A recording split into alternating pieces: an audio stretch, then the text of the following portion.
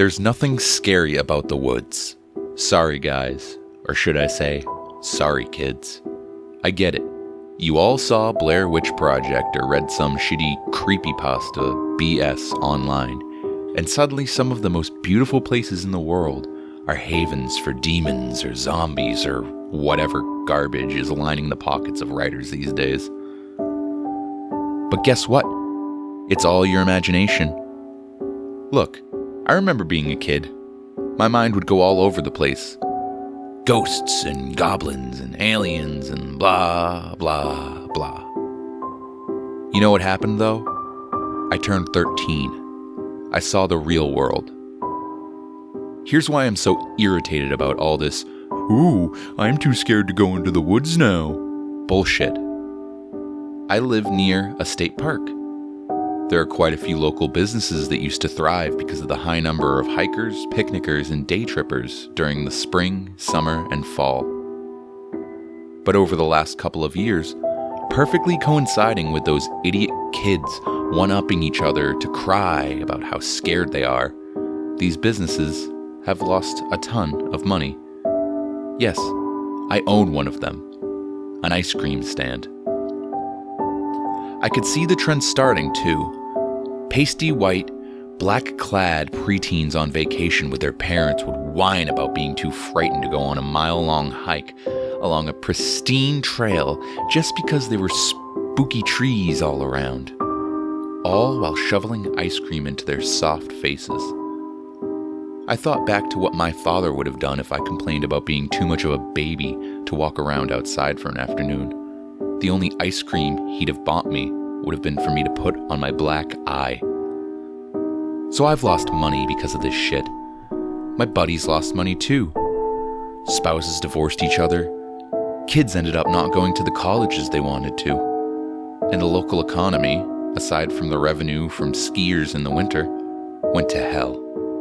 And it's all because of those little assholes who think fragile bleeding and cowering in fear is more desirable than strength and resiliency. I weep for the future. My ice cream stand is supposed to reopen on March 1st. Already though, I can tell it's going to be a brutal season. The pervasiveness of those online stories about creepy things in the woods and, "Oh my god, I can't believe what I found in this diary while I was hiking," has grown and grown. When I look through the comments on the ridiculous websites that showcase these trash stories, I see adults saying how terrified they are to even go in their backyards because they think some skinny guy in a suit or a troll monster is going to possess them or something. Never once have the authors of that garbage thought about how their recklessness is destroying small businesses. Before my wife died, I used to look out from my back porch and see families hiking through the woods, kids skipping stones across the pond, and dads teaching their sons or daughters how to safely build a campfire using sticks. Now, there's just the timeless woods and a devastated economy. The childish dopes succeeded in scaring themselves away from nature, and they screwed up the livelihoods of real people in the process.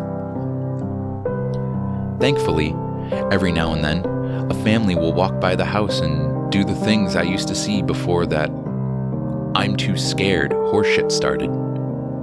The other day, for the first time in nearly 3 years, a young couple braved the melting snow and mud and set up a tent right on the outskirts of my property. Do you know how happy it made me feel to finally see some people who weren't afraid of ghosts or haunted woods? I must have stayed in the tent until the sun came up, enjoying their warm, young meat. The woman died instantly, but her husband or boyfriend or whatever remained alive for hours. The only benefit of such a low population of hikers nowadays is that not a single person heard him screaming as he watched me eat the most tender morsels of his partner before I unleashed my appetite on him. Another bonus, they were in a tent. I just had to wrap it around them and drag them back to my house. No fuss, no muss. After all my complaining, I have to admit, finding two people who were brave enough to go out into the woods helped me feel better. It showed me they didn't follow trends and did their own. Just like the good old days. It doesn't entirely make up for the lost wages and the harm to our local economy, but it's still something. That knowledge, plus a freezer full of meat that'll last me through to the spring, helps warm my cynical heart.